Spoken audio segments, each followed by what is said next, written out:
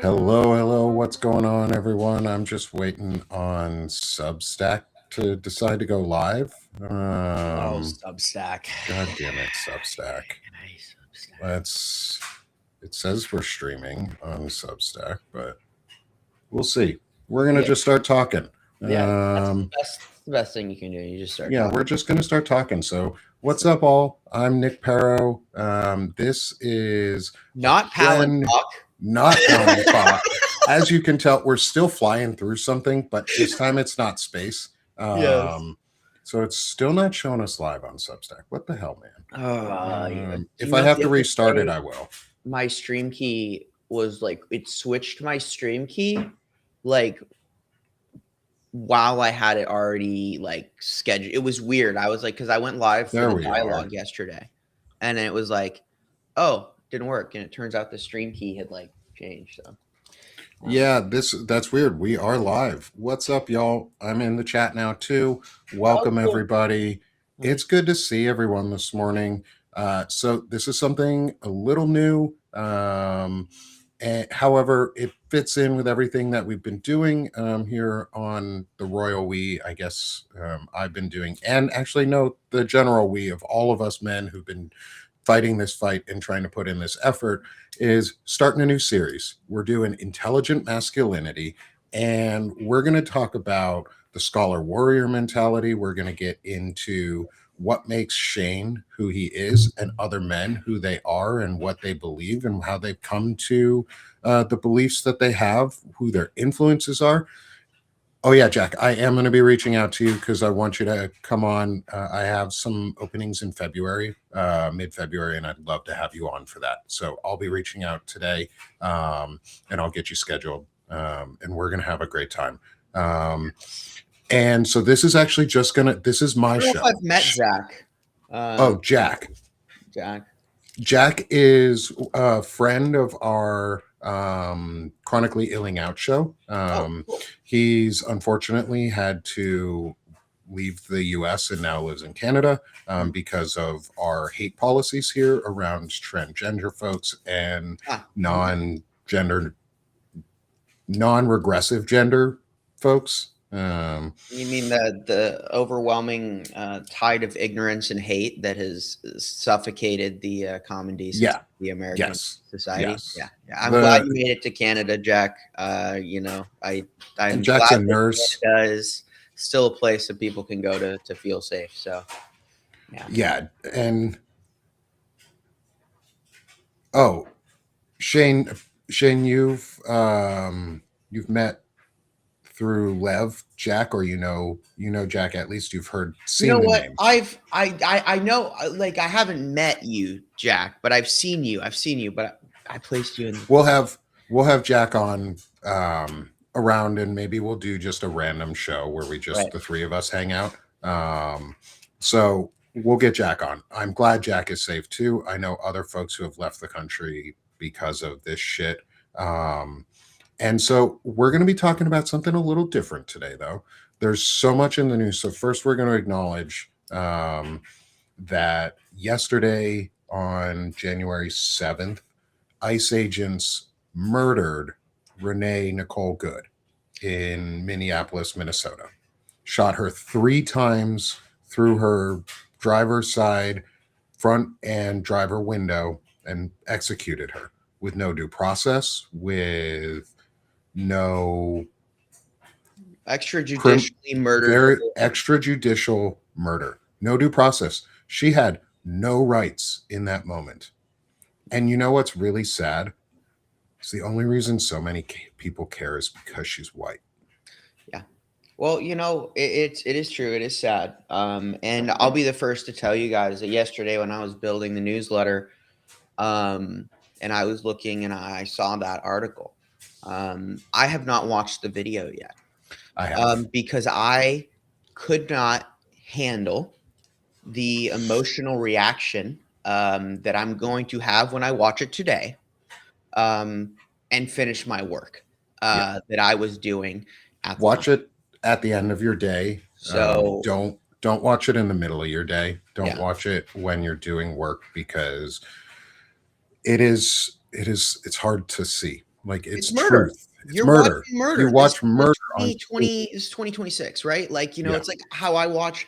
I'm people say I'm crazy, but I'm like obsessed with what's going on geopolitics. All you guys know me for that, but I want to know what's going on the front line in Ukraine. So I watch GoPro footage of combat. Okay, Mhm. Shane, you're crazy. I'm 25. I've grown up playing Call of Duty. Some of me is desensitized, but it still hurt. It still is a feeling. It's visceral. It's an uncomfortable thing when I'm doing that research. I have to do it, towards the end of the day, because you're watching someone die, really Yeah. die. That's Yeah. 2026. Like, this happened, and America, we watched you watched her die, and that is just as potent, I think, as if you were standing right there. It needs to be. It needs to be just as potent as if you were Yeah. standing right there. And not only did we watch her die, we are watching the president of the United States cover up her murder and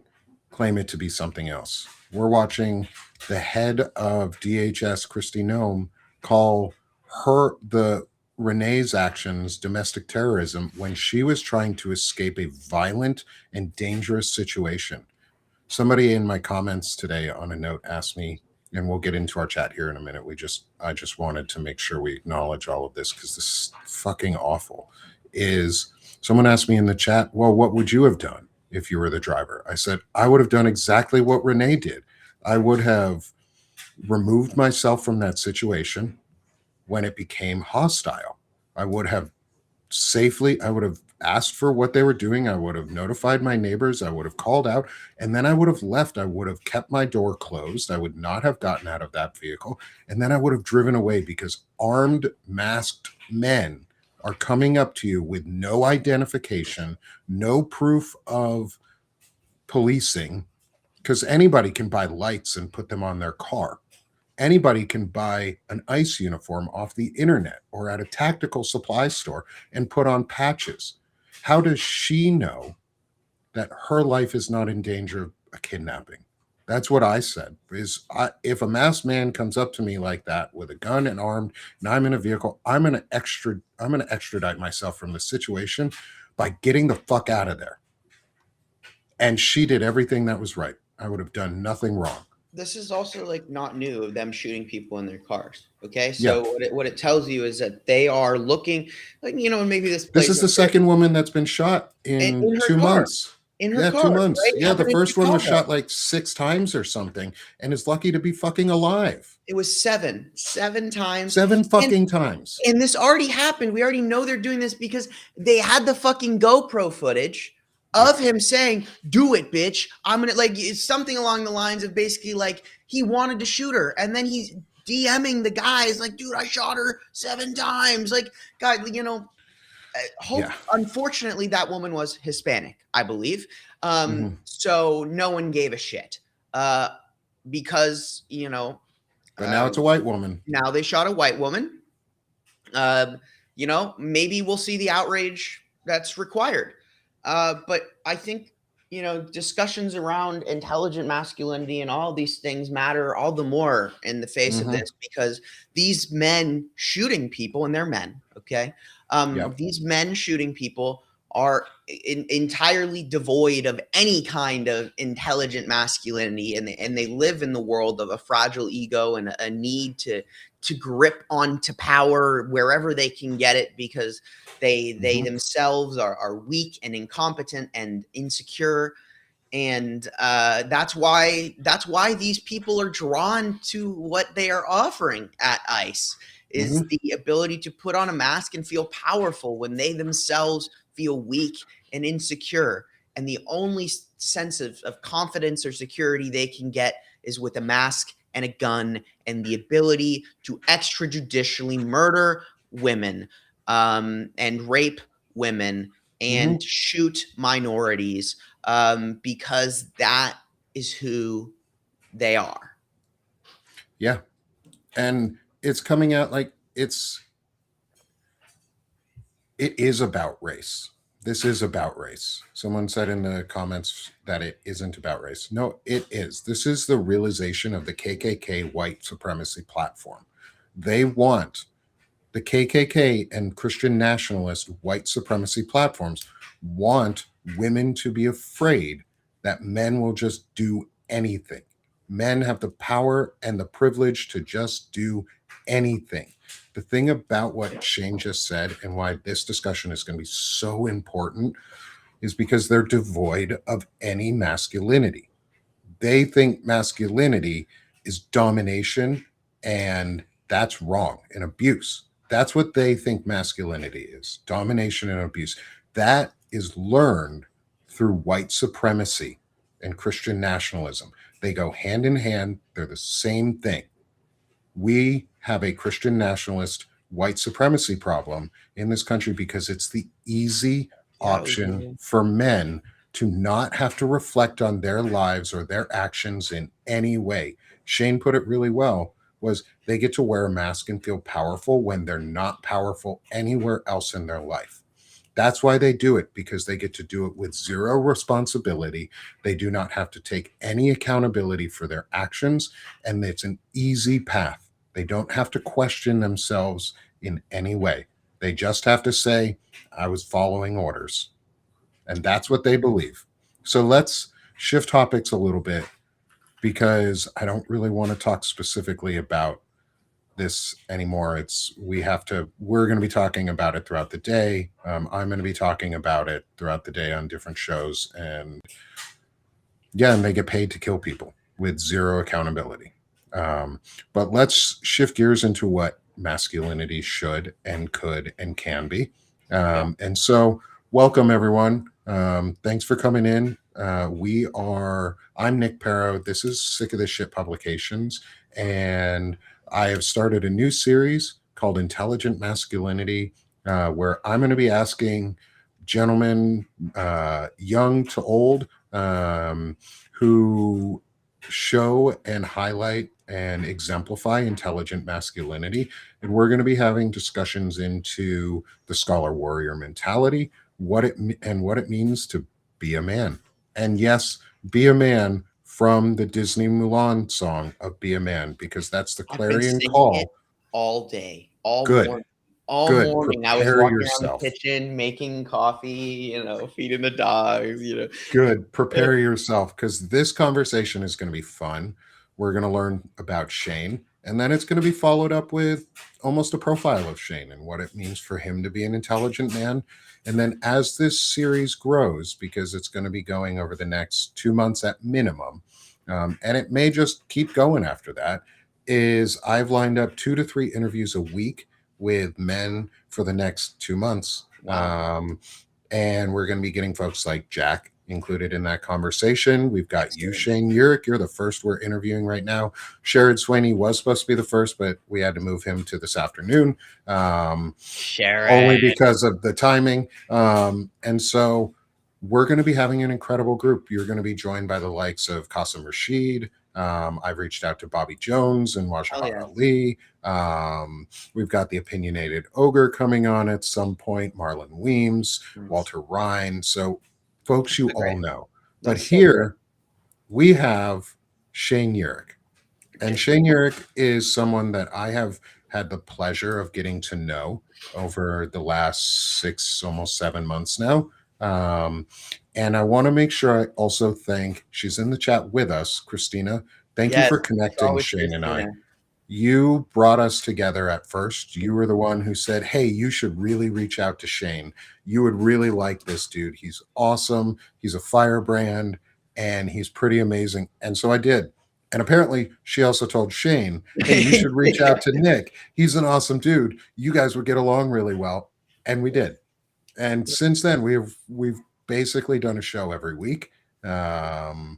We work together a lot on Banner and Backbone. And I'm going to let you introduce the rest of yourself, and who you are and the work you're doing. And then we'll get into the question set. But I wanted to give you that great intro preview. That, makes me feel nice, man. Makes me I feel love you, nice. Dude. You're great. I love you too, bro. You're a great friend. It's genuinely, I do say this all the time. I mean, I think, that me and Nick have become really good friends, and, in whatever the circumstances may be, it's great that me and Nick have, been able to work together and grow side by side and take advantage of these relationships and these opportunities to really grow ourselves and others around us to create, I think, do what best we can to exemplify the kind of behavior and responsible journalism that we want to see in the world, and hopefully build that. So who am I? I mean, obviously a lot of you guys probably have heard my normal spiel, but I'm a 25-year-old guy. I don't have a degree, in your typical sense. I could argue that I have an AA in business. I do, but I bounced You around. may as well say you do if you do. I do, so yeah. Just to give an idea. So I wanted to be a vet. That was the first thing I ever wanted to do. So Carl, Bad Carl. So talk with my hands. But it was always like, now you guys can see the cat in the corner. The ADHD is, sorry, let me focus myself here. But yeah, I mean, I got you, brother. I'll keep you on task eventually. Thank you. I started, I want to be a vet. I wanted to help people and help animals and whatever. And then so I went to college. Life hit me a little bit, and I was like, oh well, I like science, but COVID hit, and I wasn't sure what I wanted to do. So then I was like, oh, maybe I'll do entomology, right? I want to study ants. Why? Because one, ants are remarkable. Okay, so if you think ants are annoying, yes, they are annoying, but they are also remarkable.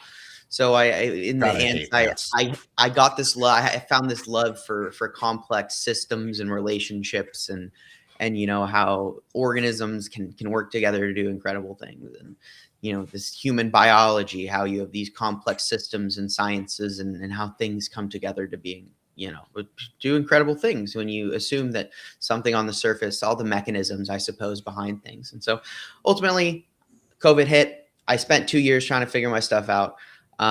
Worked myself around doing odd jobs. I was in service, went to a couple of restaurants, worked myself up to management, jumped ship because of, social issues. Actually, like the first job I had coming out when I left college, I left because sexual harassment, and I didn't agree with the company because I was pushing upper management to deal with the situation, and they chose not to do it. So I told the individual, I said, look, I'm going to stake my job on this.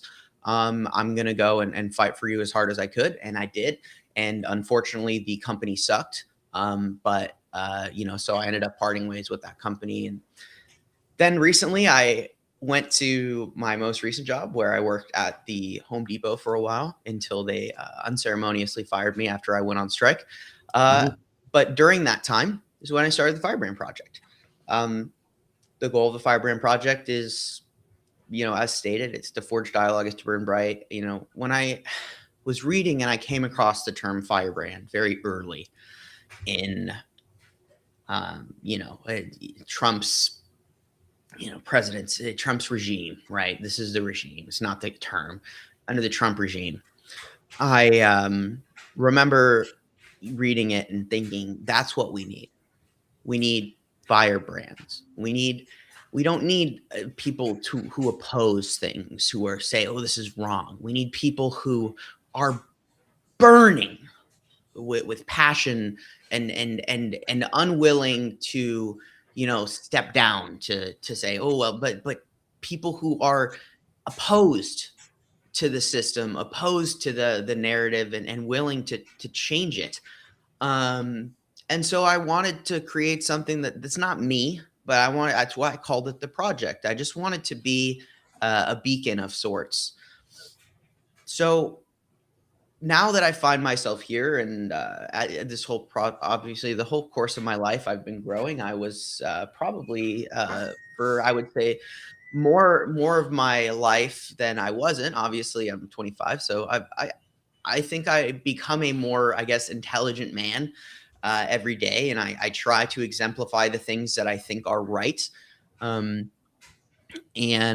follow the example of the what I think is moral and correct, and my love of philosophy and logic and understanding, being a Socratic thinker, it helps, I think, if you Hmm. think Socratically, because it kind of really, in and of itself, undermines the very notion of masculinity in a Christo nationalist, Christo white nationalist culture, with all of these traditional values and shit that are not traditional but stupid. Um, and I think I find myself now as a firebrand looking as the most important thing I think is we should value the mind behind the voice. That's all that matters. Awesome. So I don't know if that kind of feels No, like a that's great. No, roundabout that's thing. I think that's a great intro, and it leads really well into the questions that I'm going to be asking today. So, as we get into this, for everyone who's here, we are doing intelligent masculinity, and the scholar warrior mentality, and what it means, in our opinions, to be a man. And yes, that reference is from the Disney Mulan song. Some of the questions are based off of it, and I'm excited to hear Shane's answers because I want them to be personal but also fun. And so this is going to be a conversation into Shane's development and growth into his masculinity. And I'm excited to get to ask him some of these questions. So let us get into it. This is the first one of these interview series, and everyone's going to get asked the same question, or five overall questions. And I'm excited, like I said, to see what Shane's got to say on all of this. So, first one is maybe the easiest question, but it could not be for some people. Is who has been one of the most influential male figures in your life, and why?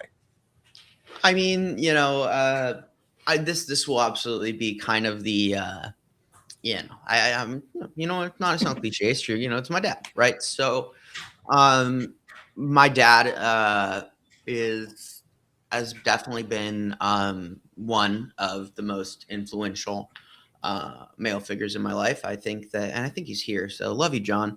Um, He you know, normally is in our he's chats. normally here, right? It's like they've been exceptionally supportive of me. Like, I've had and I know that that's not always the case, right? Yeah. Like, I also have to say that I'm not ignorant to the fact that your dad can be a piece of shit that makes your life really hard because the lack of intelligent masculinity in our culture and in our society. So I am lucky in the sense that I did have a dad who was intelligent, in his masculinity. Now, is he perfect? Absolutely not. Me and him both know that.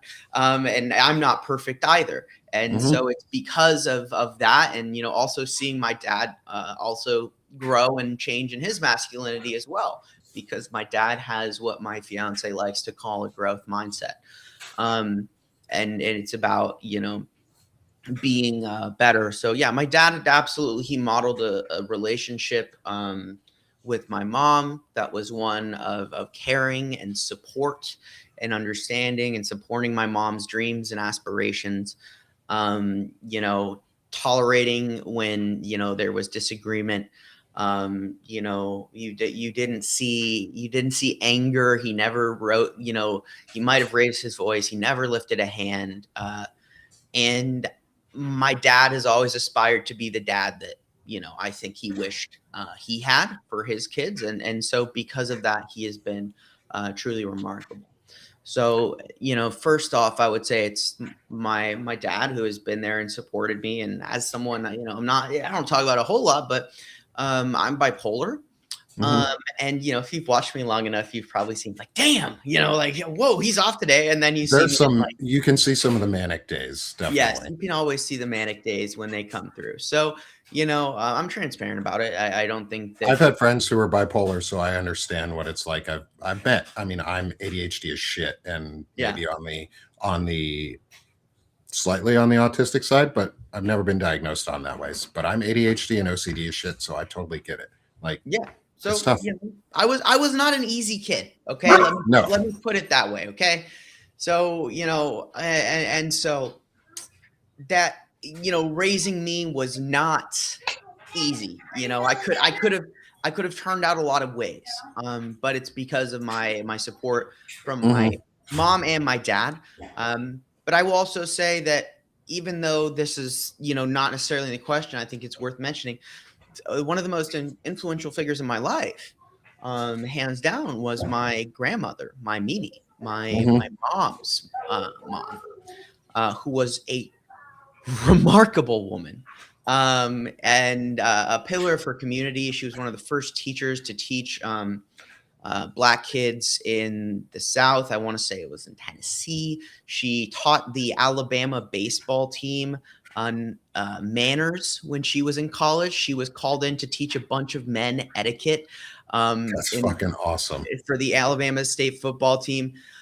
She was in the theater and a pillar of her community when she lived in Montana, and she just was incredible. A very smart woman, and just she had stormed her way through all of the barriers that existed for women in a time when there was a lot.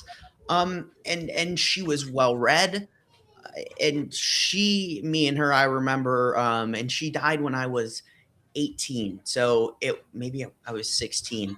Um, Either way, I remember, and I still attribute the, hours and hours and hours that we spent reading books or having conversations late into the night when I was up visiting her. And it's a huge it's a huge part of my life. And so even though you may have men are important, I think a very important thing to note as well is there's influential women, and without an influential woman, I think it's very hard um, to have it, it's much easier to have a very unemotionally or unintelligent masculinity without Yeah. having that respect for an understanding of what women are capable of and what they should and can be doing, what they should be allowed to do. Hmm. Because the value and just I don't know. Maybe I'm kind of spiraling, but No, I think your answer is really great. It fits also with mine. And throughout all this series, I'm going to incorporate my answers to other people's answers too for everyone in the audience so that we can have a really good discussion and dialogue because I like stories. And that's how I communicate with my friends in a lot of ways is stories. And I love getting to learn about my friends and other people and what they do. And the most important male figure in my life is also my dad. Um, and I can say that wholeheartedly. And just like Shane's dad, he's not perfect. My dad's not perfect, and my dad knows that. I know that. But the thing that I got to see out of my dad that has been so influential in life is he has grown every time that I've yeah, interacted with him. He's always strived to be better than he was before. yeah, And I'm so proud of being his son because of it yep, because he's done some amazing things. My dad had a very successful career in the military. He was in the army. He had a very, very successful career. He's a retired full bird colonel. He's done so much good and has grown as a person and has evolved as a person. And I think um, he has Oh, the next question is gonna get to your answer, Dan. Don't worry. Is I'm gonna ask Shane about his thoughts on what it means to be intelligently masculine. We'll get there. Don't worry. We're just starting. yep. Really, I know we're half an hour in, but we're sort of just starting. And so welcome everyone. We have a Um, tendency to gab yeah, us. we have a tendency to ramble. That's why we do podcasts like every day and all the time, is because we Honestly, just get to fucking talk and talk and talk and talk, and people seem to want to listen. So we're just gonna we'll keep keep talking. talking and talking. Yeah. Um, and so, like, my dad taught me how to grow and evolve. My dad taught me that it was acceptable to learn and become different and better than what he was before. I didn't know some of the things that my dad was going through, any of the mental health issues he may have been going through. Yep. He never he was very quiet on that. However, I had a mom I have a mom who is a psychologist, child developmental psychologist, one who's really, really, really, really good. And she is also she is the most important female figure in my life because I've had a great set of parents who have done so much to talk and tell me and express to me how to learn emotions and feelings. And my mom helped my dad grow, and my mom helped my dad find his own happiness and continue to find his happiness and grow along with him. And it gave me a model of what a relationship should look like and can look like. And it gave me a model of how men should self assess and reassess their lives and be emotionally available.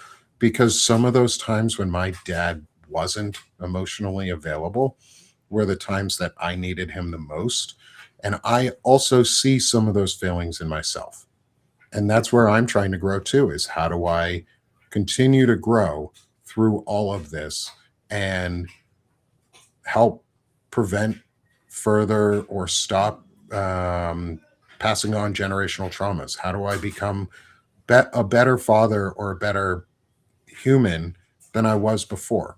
And how do I use my dad's example to get there, and my parents? And it's important to me. And that's where we lead into our second question, Yeah. which is, Really quick, of course, yeah, mom. I don't want to. I don't leave my mom. Okay, so no, mom, of course, my mom, mhm, influential in my intelligent masculinity as well, and me and my mom had a very, and we still do have a very open and emotional relationship. We share things with each other, and we do have that intelligent, emotional conversation. Me and my mom as well. We're both very passionate people, so we constantly butt heads, but we also are able to we violently agree sometimes, I think is the best way to put it. So, as well as that is just, it's important, having good parents matters, it really does. It really does. yeah, it But does. It makes a huge difference.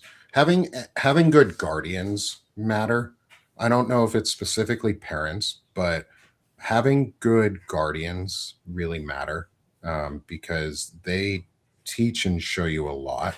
And to add on to this intelligent masculinity discussion and the overall discussions that I do on Sick This Shit publications around mental health and things like that, there was a question in the chat around emotional distress tolerance, and from Derek, and if I could post resources around it. I'm actually going to be putting out a series that goes through the VA manual that I have been given from 2.5 years of therapy, where they just talk through the document and you get examples and you can understand different aspects of it. I'm just going to go through it. I'm not a licensed psychologist, and I am not a practitioner. I just want to go through it so others have these resources to be able to do and practice these same things. And that way you have watchable videos and documents that go through. it's And I spectacular. want to make sure in our chat too, please remain respectful. I know,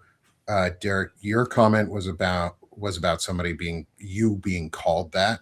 Um, and I think that's one of the things that we talk about or I talk about a lot, and we'll get into some of those here soon on our third question. But is how do we how do we address not using female anatomy as part of our slang and derogatory terms on a masculine side?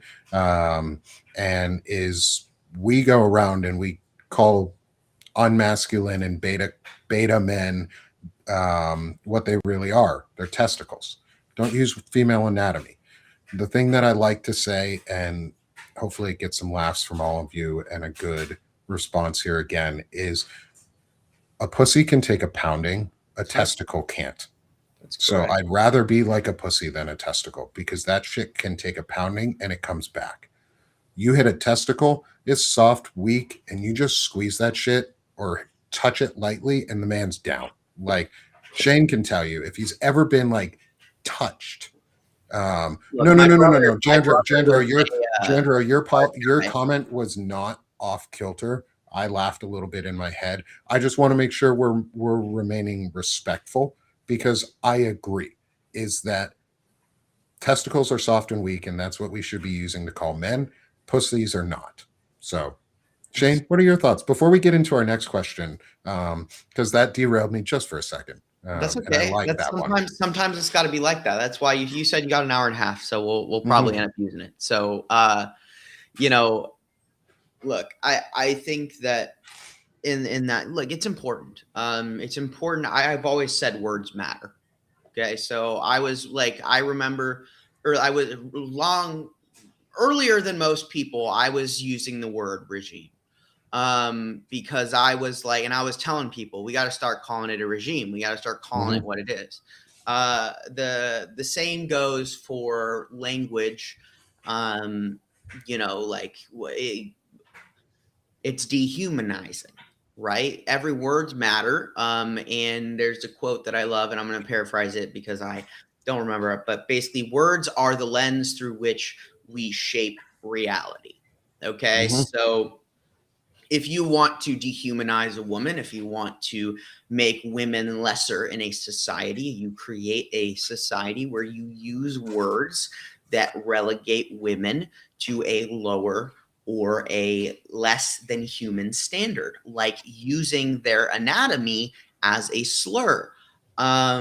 Because then women, if women are the definition of slurs, then they can't be. It's so subconscious. It's so you know, uh, I I I like think this word, I think our friend, diabolical, right? yeah, It's and diabolical. It's so it was intentional for someone, and mhm. then it became something of its own, because if you do that, in a sense, you can start. It's like the butterfly effect, right? Mhm. Like somebody decided that they were going to use and shift the terminology.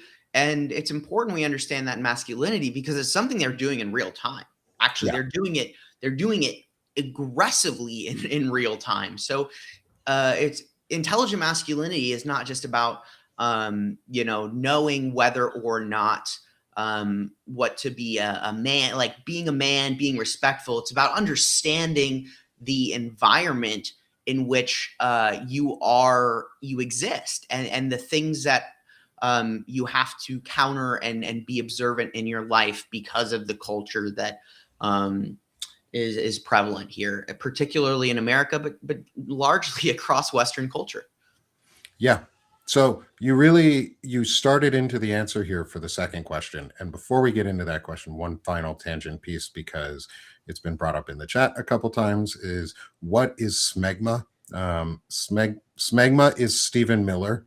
Smegma. Stephen Miller eats garbage So always. what smegma really is it's the yeasty substance that you find on the inside of an uncircumcised penis tip when it's not clean or washed. It's gross, it's It's gross. disgusting. It's Stephen Miller. It's But we're Stephen not going to Miller. go into that conversation too much No, further. Is he's he's the smegma of human beings, and if he just, instead of being bald, if he did the tonsure thing, his head would literally look like an uncircumcised penis. if it makes you guys feel better, every time I hear his name, I imagine Stephen Miller in the closet in the White House chewing on a piece of cardboard while MBS was there, because he hates Arabs so much they had to chain him up in a closet um, to keep him from freaking out. So I just think of Stephen Miller in the closet chewing on cardboard when I hear his name, and it makes me feel better. So Yeah. he's a little cardboard muncher who they got to keep away because he can't handle himself. He is the epitome of weak Yes. and stupid Yes. masculinity. Yes. Right. So let's get into our second question then. Yes. What does intelligent masculinity mean to you? Yeah. I think it's let me see if I can. So I want to start with how you view what your outlook is. So I guess and I work on this. Just to be clear, I don't want anyone to think that I think I'm some epitome of intelligent masculinity. Like I am flawed as hell, yo. Like, this is the I work on things every day. Like I have I agree, Nick. I have a growth. I try to have a growth mindset.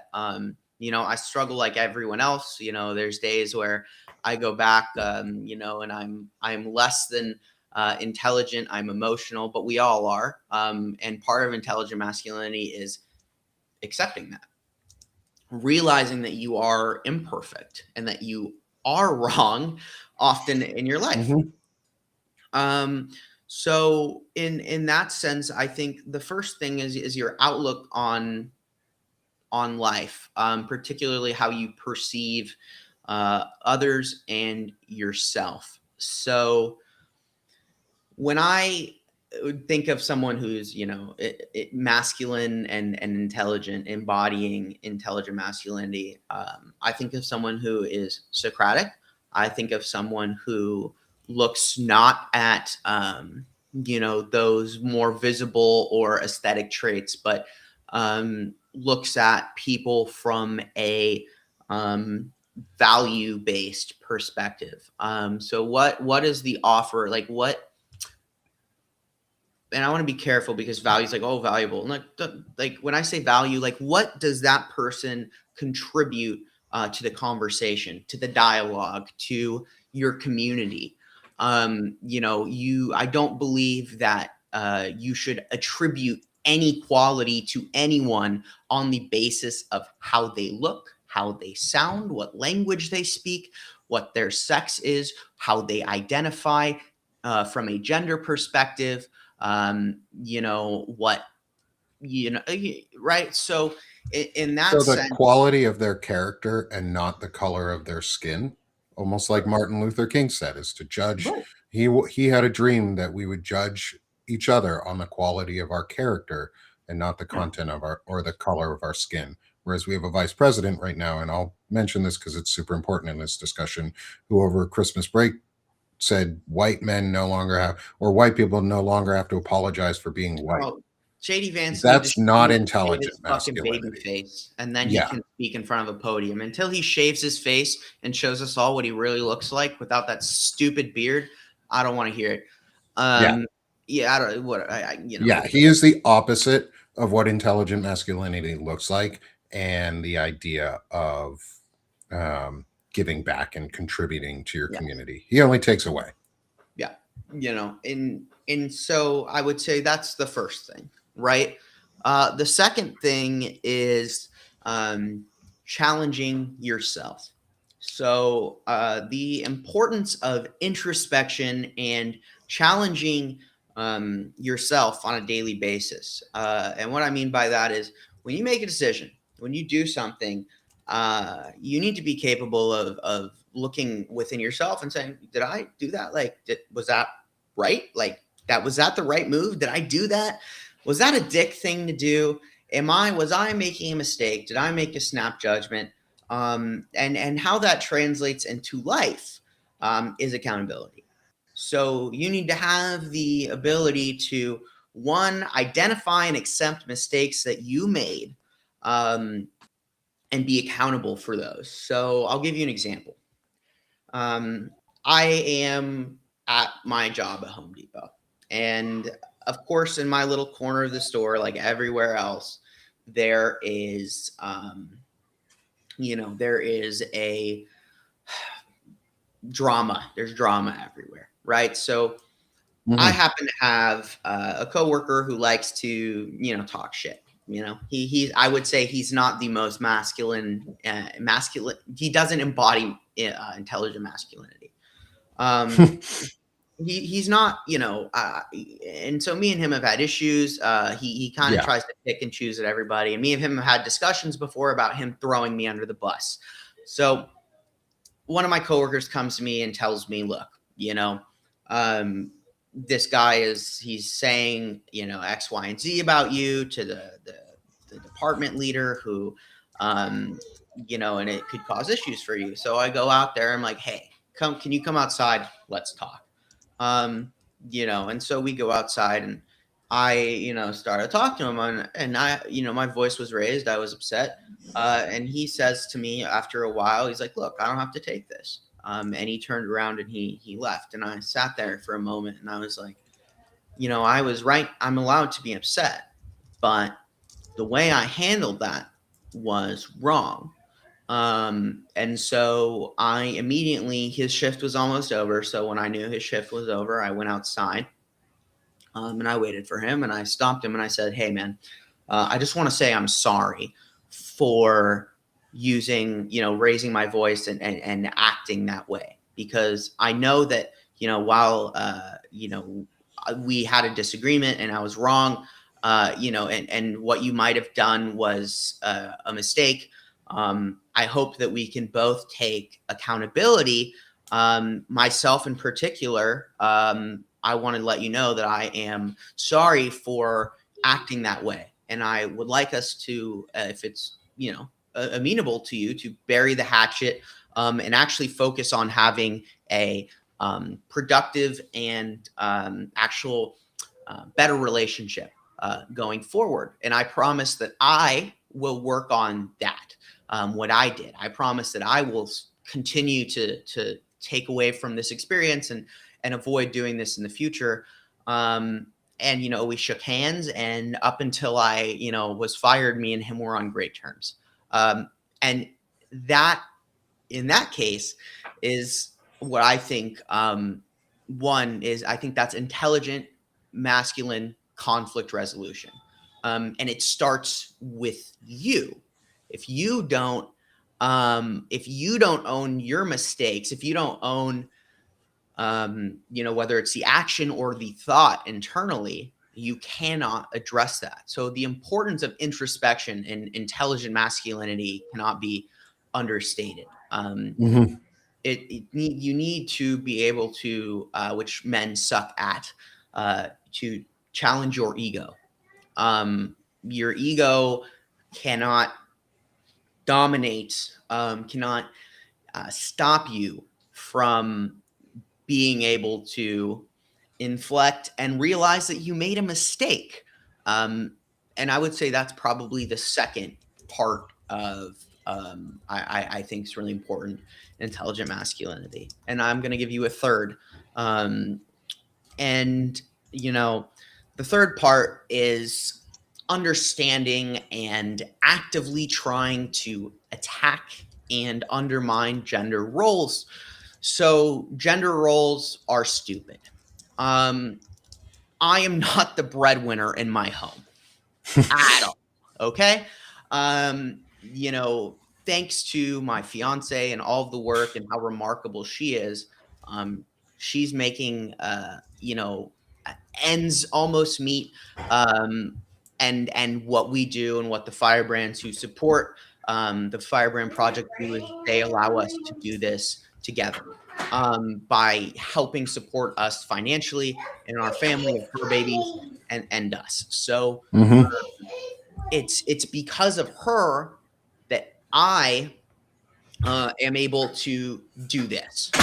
And it's important that I acknowledge Yeah. that there is a woman behind me, who makes this possible. And to not, assume that I have to be the one making the money. Because I knew, and what's unique about my relationship, I always say this, is when we first met, we met on Tinder. So, when Tinder was still kind of not, it's like it's never gonna happen, but it happened, right? So how did you meet? We met on Tinder. Yeah, it's not supposed to be that way, but it is. So, but the first time we ever met, I called her on FaceTime, and I was like, "Hey, let's play Magic the Gathering." And I thought Mhm. I was hot shit. Okay, I brought out my best deck, and it was a fast win deck, and she crushed me. And I was like, whoa. And I was like, that's kind of cool. And I said, all right, I'll bring out my other deck, and she crushed me. And then I was like, all right, we're gonna go do this one. And then she crushed me again.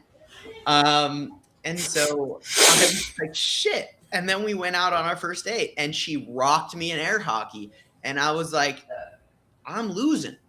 I'm losing all the time. And, instead of, my gut reaction being, oh, ego, I don't like that. I was like, you know what? Actually, I think that's really cool and impressive. And having a partner who is better than me will challenge me to be better.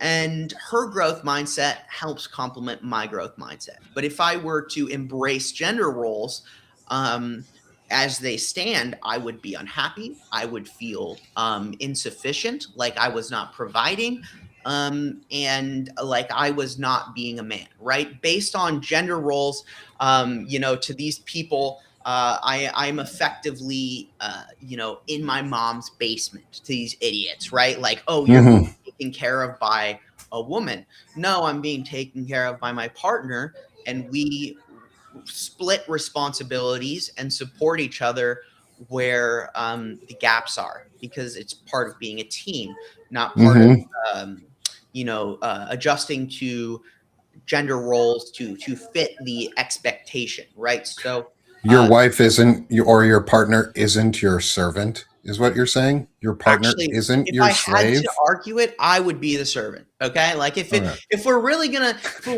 do that, I would be the servant in this. She says fix the door, I fix the door. It's not the other way around. If I'm gonna make you I've do actually this, heard that quote exactly. yeah, you And know, if you don't fix the door fast enough, sometimes they appear with tools in their hand that aren't the right ones, right, on exactly, purpose.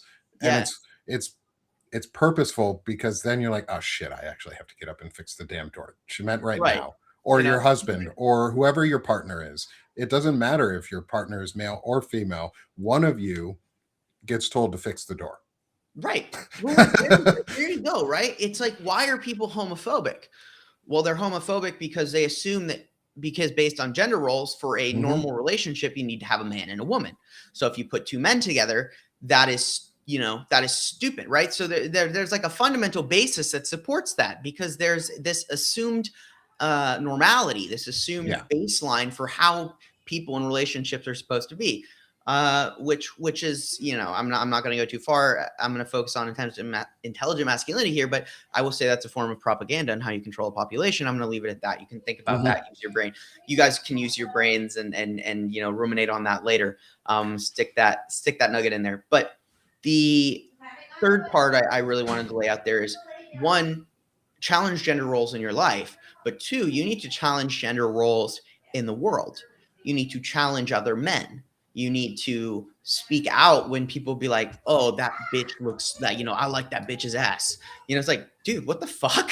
Like, are you kidding me? Like, yeah, all the time. I can't tell you how many times I've, been at work or wherever, and I'm like next to, someone who's my friend and that I spend time with, and they say something, I'm like, dude, no, like I'm your We friend. don't say that here. You don't need to say that.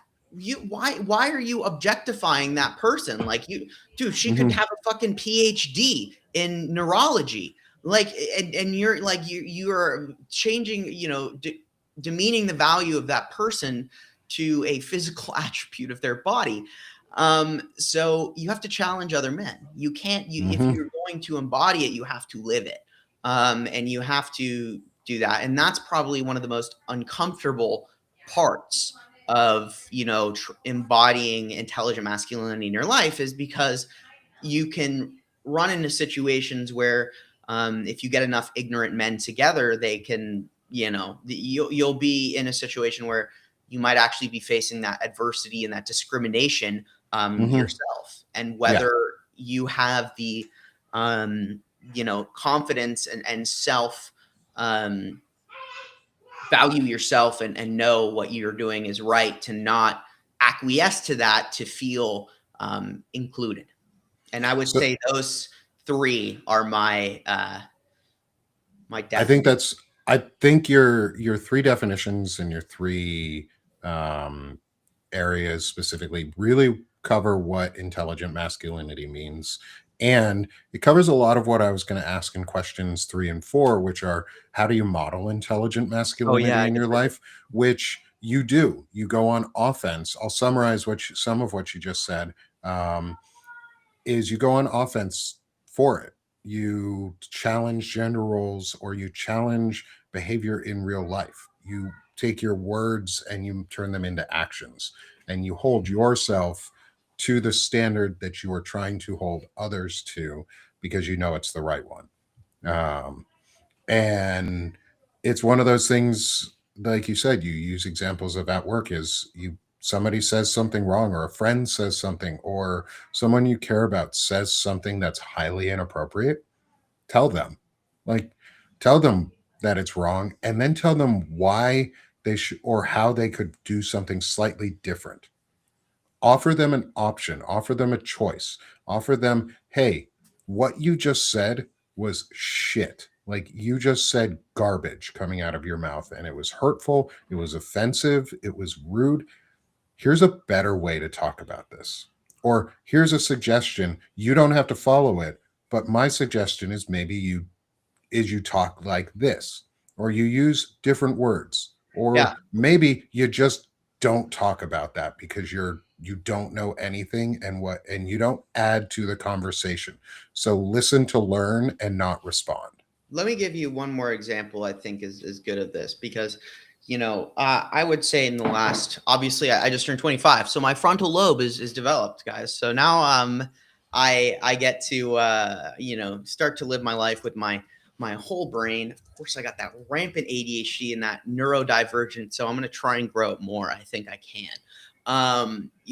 But when I'm going to go back to Home Depot because at this point, this was a point in my life when, this catalyst was going on in the world. And I was really forced to confront morality, to see, the systems of government and whatnot become amoral to the point where I'm facing, I want you look inward and say, well, I need to make sure that we are exemplifying what's right in my life.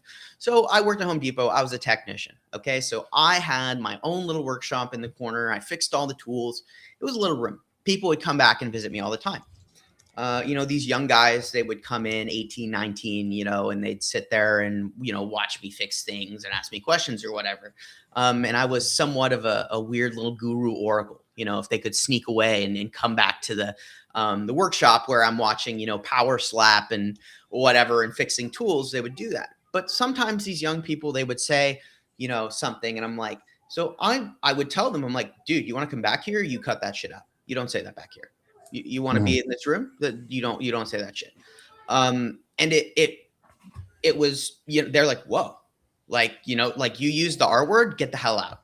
Like, Yeah. I'm telling you this once, don't ever say that around me. I don't want to Yeah. hear it. Yep. I'm telling, and it's not like me saying, oh, I'm not yelling at them. I'm like, I'm going to be candid with you right now. I don't consider that acceptable. If you want to be here, you want to be around me, don't use that word because I'm going to call you out on it every single time. The same thing with objectifying women. If they would come in, I'm like, you don't say that here. That's not acceptable. You want to go out and say that shit somewhere else? I can't stop you, but don't say that in front of me. Mhm. And that kind of situation where you're really drawing such a hard line, especially with younger men, if they look up to you, it's really important. If a younger man looks up to you, you need to be able to be direct, and Mhm. that confidence exudes. That confidence actually exudes intelligent masculinity. It makes it appealing, Yeah. to see someone you might look up to say, no, actually, that strong forward energy of, that they do associate with masculinity, that kind of strong, I don't want to say aggression, but it kind of is, right? It's like that masculine, like, hey, um you want them to associate defending the right thing with masculinity as opposed to using that same energy for the wrong thing. It's kind of like rewiring, changing the definition. So I just wanted to kind of add that example as well because it's another example and of kind of how Mhm. I did exemplify that in my life. No, I think that's a great one. So maybe let's go on into the next, because you've talked a lot about. I want you to talk about the next question of what do you do to self-reflect and self-evaluate as Mm, part of the following questions too. Because you've talked a lot about how you reflect on your actions. You talk a lot about how you challenge yourself and you evaluate your own experiences. And there was a really great comment in the chat from our friend Neurodivergent Hodgepodge, um, which was in response to something Christina We had love said, but neuro. more, yeah, we love Neurod. And they said more comprehensively, it would include lack of emotional management skills started with acknowledging feeling and managing emotions, as well as being taught that it's the woman's job to manage the man's feelings and emotions. And I Right. think a lot of what you're seeing from or hearing from Shane is how he's not saying he uses his fiance, his wife, his partner as a tool of managing his emotions. Most everything he's talking about has been, Shane, you've been saying is, I'm self-reflective, I evaluate my own emotions and my feelings, I think about what I just said and how it impacts those around me and myself. Is this something I want to model or be a model of? And that last thing you said about having, if you are a role model for a younger man or a boy or a kid in your life or even a girl, if you're a role model as a man, you need to be able to showcase that you can be self-reflective and self-evaluate. And I think that's really important. So Shane, I applaud you a lot, and you've gotten a lot of really good feedback from everyone in the chat. Thank you everyone for all the comments and feedback that you're Yeah. giving during the live show. We really appreciate it, and I see them and I'm reading them as they go, trying to follow along while listening to Shane. So don't apologies if I don't get to all your comments and great feedback. But it is truly appreciated as we go in. Absolutely. Um, and so, before we go to our final three questions, which are part of a set about the Be a Man section, um, and we'll have to do those in about 20 minutes time. So I've got a little break between my next show. Yeah. Is what is your favorite tool for yourself? Just one favorite tool. What's your favorite tool to self-reflect and self-evaluate? How do you do that? And just on a short basis, because you've explained a lot about what you do and where it leads to, but what's your favorite tool to actually self-evaluate? Right. I think it's important to acknowledge that I am neurodivergent, I'm bipolar, and so there's a phrase I love. Okay, it's not your fault, but it is your problem. Okay, so it's not your fault, it's not my fault I'm bipolar, but if I say something that is hurtful, it is my problem. Mm-hmm. So I, in my life in particular, have been forced to challenge myself constantly. Because when I do something, I have to discern whether or not that was me or it was my, who I want to be, who I am, or a oversized emotional reaction that is illogical. So it's this kind of it's why I am so Socratic. It's why I love philosophy, but because by using logic, I can find the truth in my own actions. Is Shane, was that a logical response? Would Socrates have ripped me a new asshole? If the answer is yes, if I was sitting in a room with Plato and Socrates and all of these old white men who I acknowledge were sexist as fuck, from a logical perspective, would that hold up in court? And if the answer is no, then I immediately am going to pivot to how do I be accountable? How do I fix that situation? And how do I try and avoid it? Now, I'm a human being. There's certain things that are much harder for me than others. But the important thing is that I acknowledge that it is my problem. And regardless of it's my fault, I need to be accountable for that.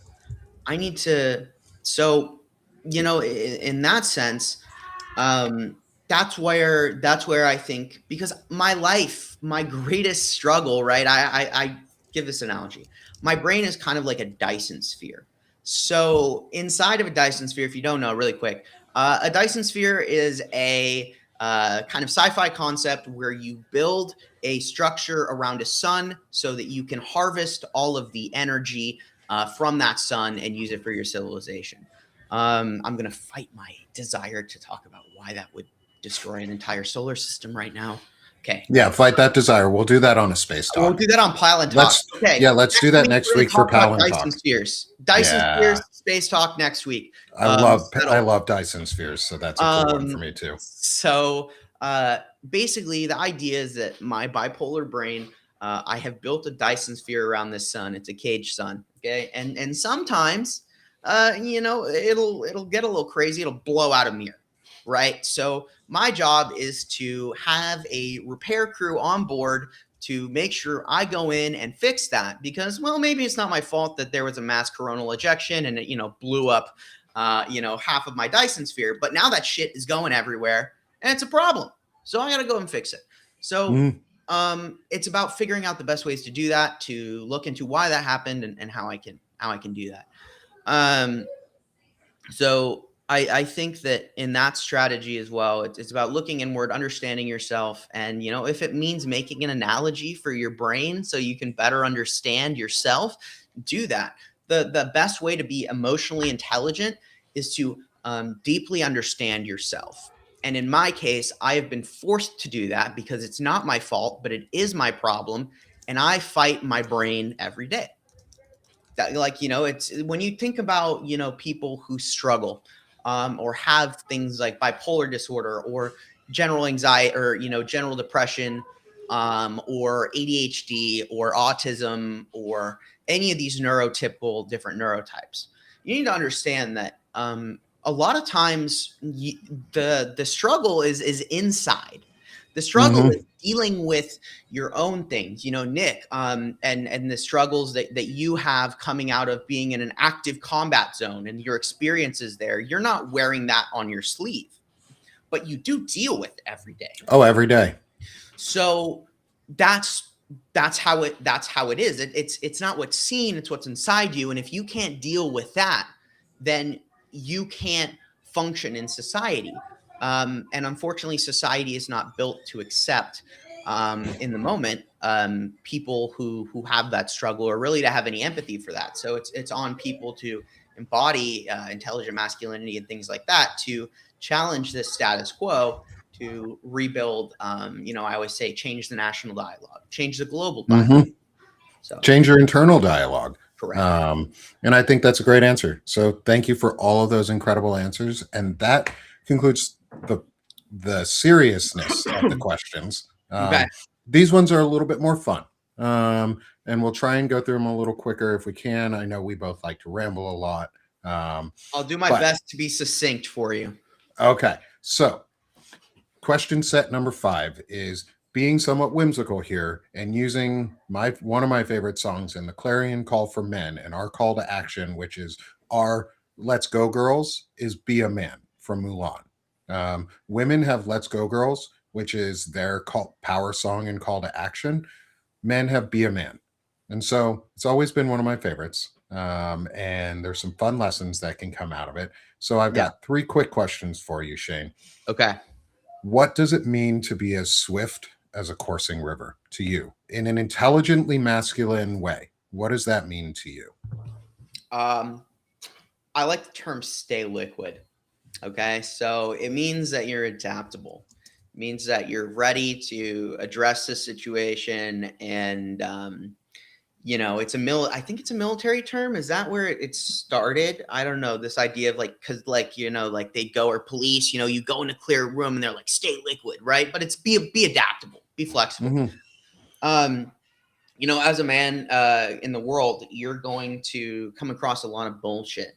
And you need to stay liquid. You need to be able to address it in the moment, and you need to be able to do it in a way that sets the right example and maintains that set of moral standards that real masculinity is, and that's important. So being able to contradict that anti-Semitic or that racist or that sexist comment on the fly, you got to stay liquid. I like it. So I will.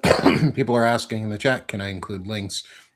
I will include them in the post show notes. And I'm also going to work on adding for this segment of the interviews little sound clips for and from the song itself so that you can hear this part of the song, because it's one of my favorites. And thanks. So Shane, great discuss, great answer on that, on saying liquid and being flexible and being able to adapt and change and it challenge your own views. So thank you for that. I love it. I love the stay liquid, stay flexible, stay like a river. It courses, it rages sometimes, and it's smooth sometimes. So let yourself be like that river and let thoughts sometimes swiftly drift away. Like Shane said, it's not your fault, but it is your problem. So separate your thoughts from your actions and empower yourself to challenge the thoughts that you know are bad and to sometimes challenge the thoughts that you think and know are good to make them better, Yeah. which I think is great. So next, how do you embody the force of a great typhoon? I'm a fucking firebrand. I am loud, I'm obnoxious. I will be the first person to say something extremely controversial in a tense environment, and I'm unapologetic in my positions and my feelings. Like, I'll come into a room and I will change the vibe because like I told Michael Cohen to shut the fuck up in a live stream. That's just who I am. Like, it's I'm not sorry about it. Like I don't believe in acquiescing for the sake of peace. I don't believe in settling for a a half measure. Mm-hmm. This is a world of half measures. And so you need to be the great typhoon. You need to come and blow away the bullshit and not be afraid to shake it up. And you know what? Like, you may lose some people, you may lose some supporters. But also you're going to show some people that, that's acceptable. And you know Mm-hmm. what? We don't have to tolerate that level of like just tolerating a certain level of depravity because it's functional or it's helpful, Yeah. or somewhat moving us in the right direction.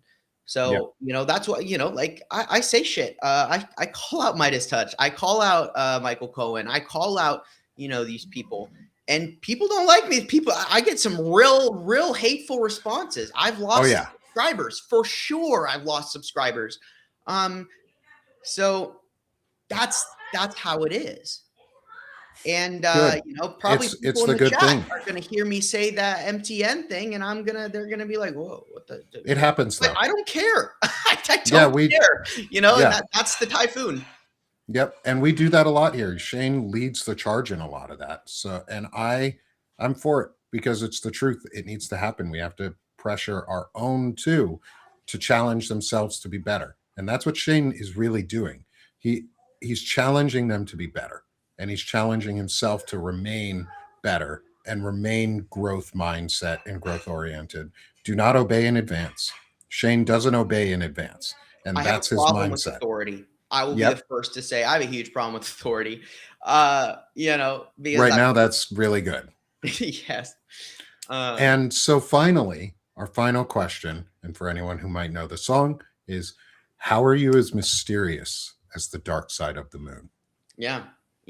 It's fun fact, the moon is tidally locked. So there It is is. a dark side of the moon. It does not spin, guys. So, how am I as mysterious as the dark side of the moon? Um, I really like this question, but I don't necessarily You know. don't necessarily have to have a good answer either. Well, I like to have a good answer. So I tell you what. Um, I am I am very pragmatic. Um, and I am not going to I don't lie to you. I might not be right all the time. My predictions might not come true, but I'm never gonna like sit here and tell someone something to make them feel better, um, and or give false hope because I think I don't want people to get disheartened. Um, and so I think that when there's moments, where I have some radical candor at the end of my show, and I'm like, look, this is not good. I don't want to make, you call me the bad news fairy in a loving, Sometimes, yeah. in a loving and kind, in a friend, teasing way. Right. Yep. But it's true. I do think I tend to be that way. And I think maybe I am, while I burn, I burn bright, and I do believe that, whatever the case may be, it's what we, it's that we need to be honest, and by changing that dialogue and really reassuming reality, right? Like, it's like, look, Shane, you're a doomer. You're always talking about how the AMOC is going to shut down. No, we need to be asking our politicians, how the fuck are you going to deal with that, right? Like, instead of just ignoring it. So, like, that, I might make people uncomfortable, but I kind of am the dark side of the moon. I like to take a tidally locked moon, and I'm a little orbiter. I want to take you around, and we'll see the backside. It's like, oh shit, there's a bunch of xenomorphs on the dark side of the moon, guys. Spitting acid and killing us. Yeah, exactly. We should probably deal with that. It's like, nah, it's okay. Nah, it's okay. Like, hey, they're there. So, yeah, I think what makes me a little different is that I'm not afraid to, talk about what's on the dark side of the moon. Good. And I'm so glad you aren't. And that is such a great way to wrap up this conversation, too. And before we go, though, as always, I want Shane to be able to sell himself, because I love supporting my friends and getting their work out and building this community. And Shane and I have become really good friends over these last 6 months. And he and I work together really closely in a lot of ways, but we're just friends, and we help each other and we challenge each other. So go support Shane Yirak at Firebrand Project. I know you've talked a lot about yourself today, Shane, but please shamelessly promote yourself for a couple moments here, so people know where to find you and how to support your work. Yeah.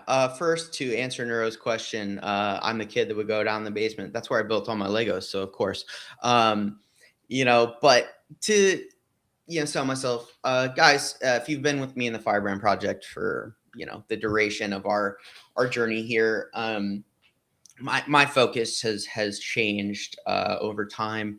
I'm looking at the gaps. I've gotten to know other colleagues of mine in this space, and I see where people are doing a great job and where I don't need to be. And so now my focus has really become, in 2026, I'm putting it all into my Firebrand report, which is now a newsletter as well as a live show. I'm focusing on data storytelling. I'm focusing on telling the wider story. In fact, in my latest report, I would love for you guys to go and read it, because there's no live video, but I'm working on a new set of infographics. So another way for visual learners to get a overview of real-time geopolitical events in a short way for skimmers who don't like to read, or if you don't have time to watch, go and, check out my most recent Firebrand report, and see what I'm working on, and it's going to keep getting better. But my job here, the way I see it, is you guys come to me for information. And as the founder of the Firebrand Project, I hold up the torch so you guys can light yours and take that information out into the world and do that. So it's a total, my goal here is, and I'm not going to say too much, but I'm working on bringing on my first researcher. Nice. So that's going to be very exciting. She's somebody but you probably know. But I'm very excited about that. So things are going to keep growing. But, good. If you guys want to come and support me, in particular being as a free subscriber always is helpful. But as a paid subscriber, the more paid subscribers we get, the sooner I can pay this individual. So, these are things that are really important. I wish it was Ellie, but Blue Amp got her first. So, in that sense, guys, come and check out my work. There's a lot of great things. And I think with this help, we'll be able to start bringing more of that investigative journalism back to the Firebrand Project. having someone who can do that while I do the reports, I'm very excited about that. Just come over and join us for a show every day, Monday through Friday at 2 p.m. PST. That's 5 p.m. EST, 4 p.m. CST.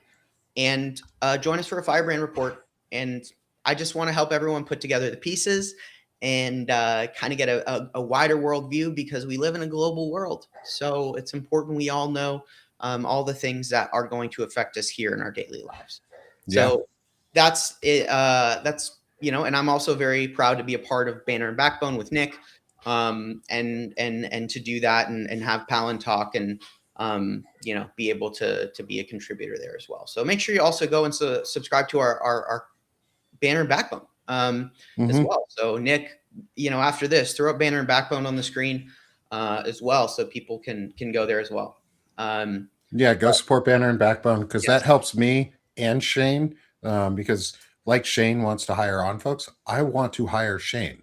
Like, I want to be able to have my friends work alongside me, and we pay each other in different ways. We support each other. We give each other the resources and the tools that we all need, because we're a community. It's a co-op and not a competition. And so this is new media, which is a co-op media. So come support Banner and Backbone.